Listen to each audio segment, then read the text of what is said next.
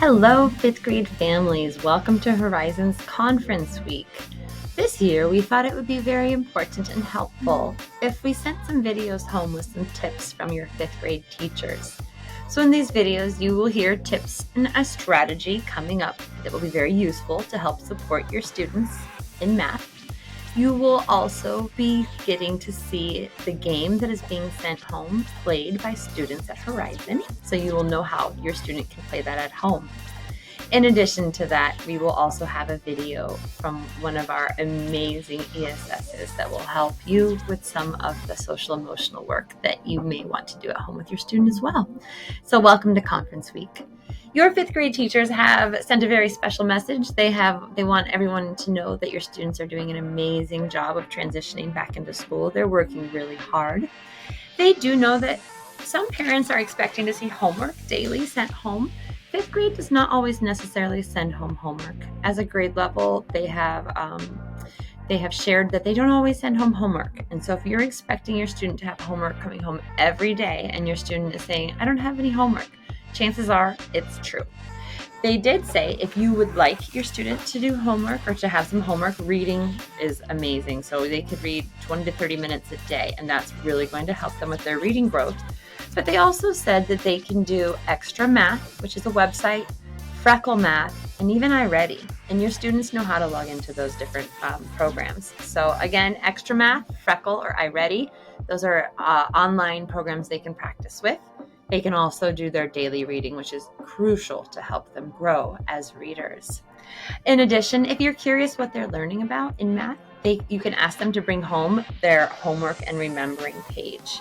Most teachers don't send that home daily for homework in fifth grade because those are new skills that the students just learned. So to then have them do it on their own doesn't always set them up for the most success.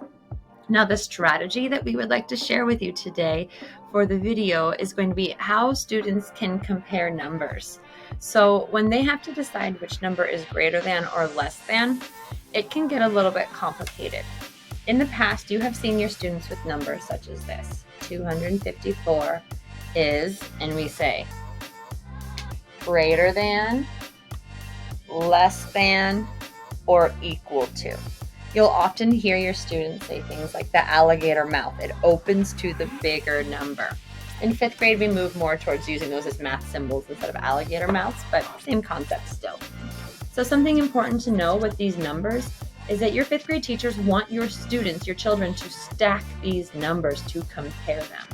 Often, students will just look and say the answer, say which one's bigger without really comparing. The way we stack them is to write them on top of each other. So I have 254 and 244.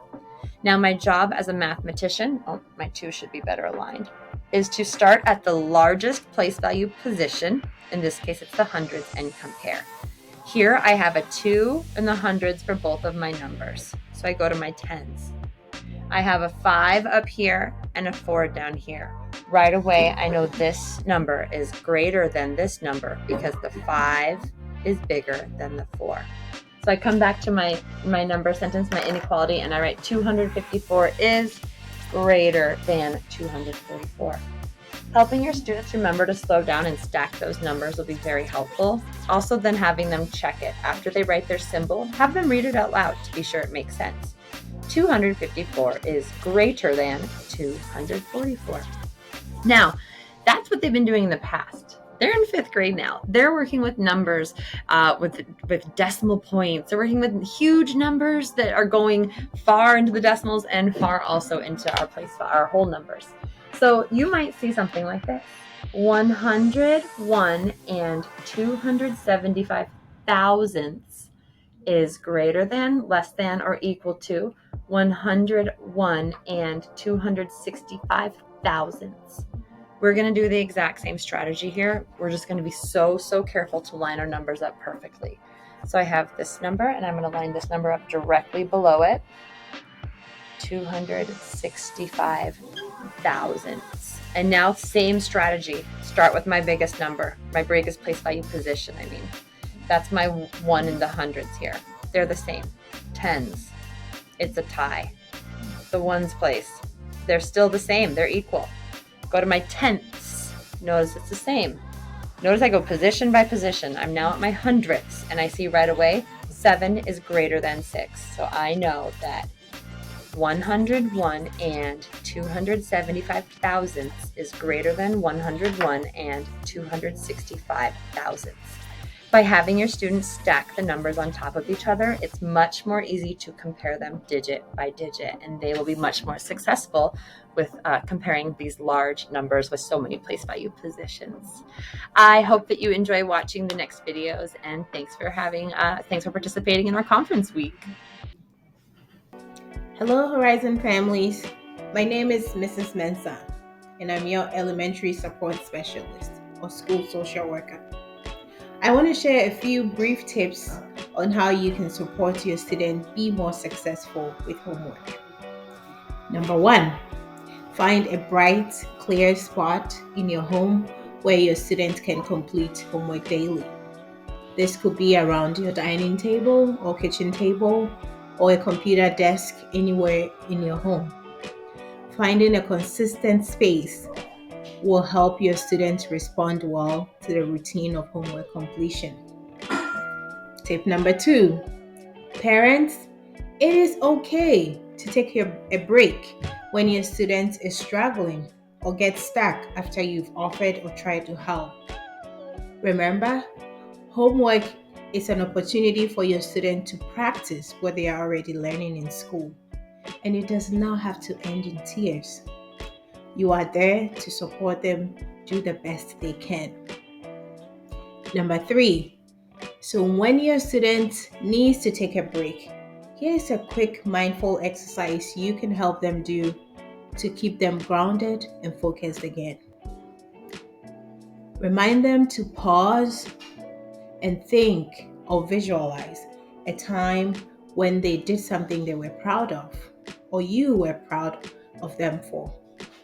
So it could be a time when they scored a goal on their sports team, or a time when they scored a really high mark on that math test, or it could be when they completed a speed run in Minecraft. Reminders about those proud moments will help your students feel encouraged and confident that they can also complete homework and be successful at it. They just might need a little more practice. And parents, you got this. Thanks, and I hope these tips are helpful. Hello, families. Welcome to Conference Week. We are sending you home with an awesome game for 5th graders. This is a place value game. In your bag, you'll have a 5th grade game with a deck of cards, and you will also have a 4th grade game that you can have your students play as well that will help them practice multiplication. I have 2 amazing students here, Alan and Jimena, here to help me with a game. They're going to show you how to play our place value game. The first thing you'll want to do is take your deck of cards and take out all of the face cards, your jacks, queens, kings, and aces. You will not want those in your deck at all to play this game. Now I'm going to let these amazing mathematician 5th graders take it away. You are going to see that whoever chooses to go first, the 4th graders had to rock, paper, scissors it out, but these 5th graders can choose how they'd like to determine that. Alan went first. He's going to look at his card, and he has a 5. He gets to choose on this page in round 1. So he's going to come right up here to round 1. He gets to choose where he wants to put his 5. You'll see that the choices are the hundreds, the tens, the ones, tenths, hundredths, or thousandths. So he's building a number across this way. Okay, now Jimena's going to go ahead and choose another card, or a card.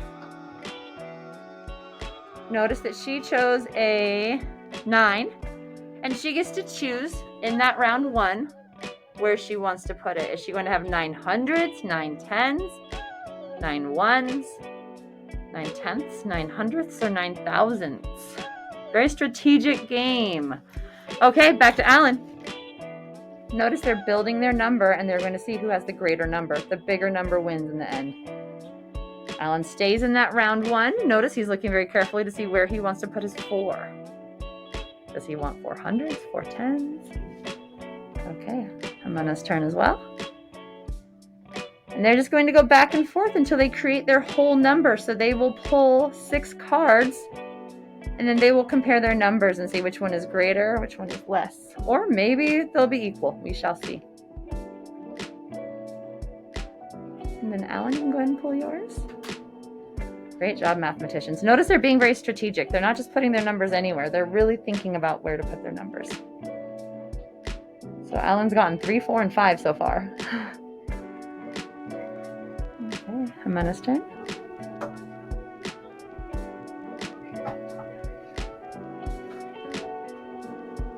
Second 2, and you guys can just keep going. Good job. Thanks for demonstrating this game for the families.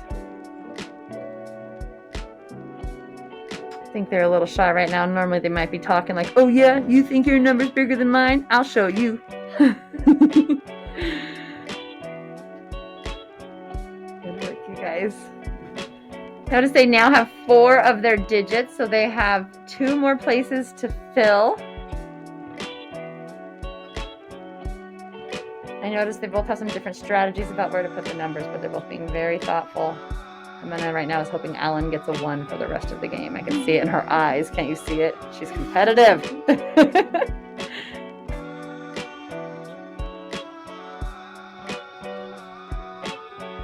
go ahead, Jimena.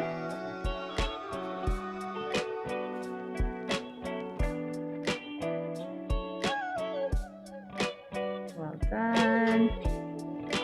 Oh yeah, and your 10, you're gonna make a 0. So if you pull that 10, it's really a 0 in here. We have 1. Okay, Alan has his whole number created. Jimena has 1 more number to pull, and she has her number created.